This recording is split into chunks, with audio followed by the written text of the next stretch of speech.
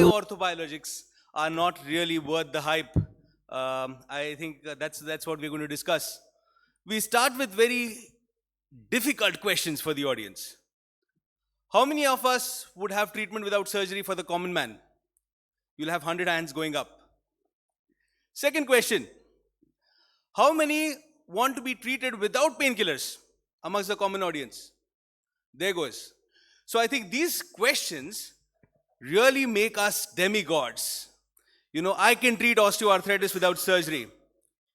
And that's the picture that is projected when we are trying to get a new fancy project or a fancy modality of treatment.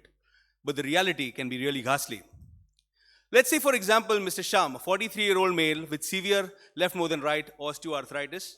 He has been injected with hyaluronic acid, PRP, GFCs, spent a ton. There's been a waste of money, time, and agony. The solution could have been simple. Remember, alignment scores over biology. So the moment you just correct his alignment with an HTO, he's much better. He's back to his activities. I've done both his HTOs for that reason. The reason, my dear friends, we would really venture out to fancy modalities of treatment is because of our peculiar Indian society with fear of surgery. The financial status is very variable. Rich are very rich, poor are very poor. Insurance cover has been non-penetrative at this point of time. The support system has been suboptimal. And it's a very gullible society. Iska operation acha hua, mera operation mat kijiyega. And here we are, if we don't inject, somebody else will. And that's the wrong mentality that we are into. There's a lot of quackery that goes around injections in the knee. And it's easy to get tempted by glossy web pages, pharma pursuits, and big promises. But the hard questions, my dear friends, is there any standardized protocol? What is the window of pain relief that I can promise my patients? What is the real chance of infection when we are going to inject so many things so frequently? And of course, what is the monetary burden? So once he is up for a definitive procedure, he does not have any money left. So where do we stand today? This is the paper that suggests that PRP, there's no standardization of dosage. What is the optimum number of platelets? What is the concentration? There's leukocyte-rich, poor, photoactivated GFCs, PRPs, but there is no adequate guideline. When we talk of mesenchymal stem cells, they could be marrow-derived, synovial-derived, or adipose-derived, but there's no meta-analysis that proves that the quality of evidence has been really good. They are also immunogenic, they cause swelling. There's also incidence of severe angina in some cases.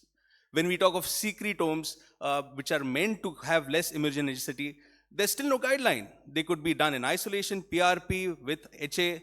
We don't have any guidelines.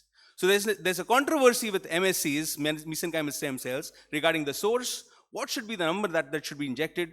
What should be the production protocol? How should they be administered? Intra-articular, arthroscopic, with or without a scaffold? What is the dose? What is the interval? There's no reproducibility of results. So the quality of evidence has been really poor.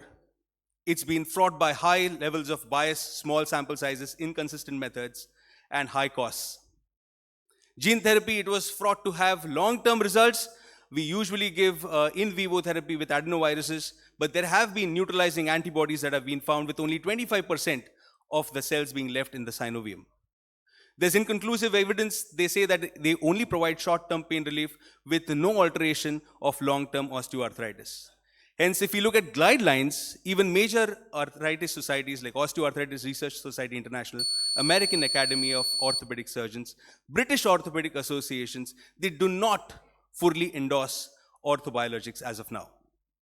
So we are in a myriad of conditions, orthobiologics, flashy terms coming by, whether we use PRPs, stem cells, gene therapy, GFCs, and the poor patient gets confused.